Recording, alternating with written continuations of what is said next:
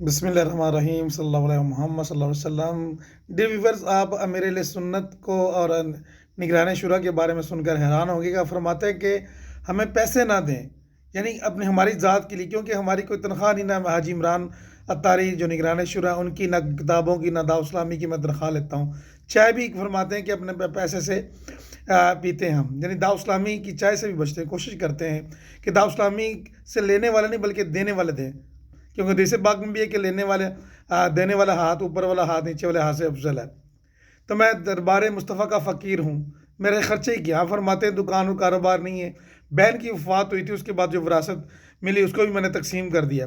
مجھے مال جمع کرنے کا بالکل بھی جذبہ نہیں ہے، کھانا پینا دعا دواروں مل جاتا ہے، ٹیسٹ کروانے اور نو پرابلم آپ فرماتے ہیں۔ تو مجھے کہتے ہیں تحفہ نہ دیا کریں، نہ پیسے دیا کریں، مجھے کوئی چیز نہ دیا کریں، آپ کے پیسوں کا میں نہ قدرہ ہوں۔ آپ فرماتے ہیں میں بڑا امیر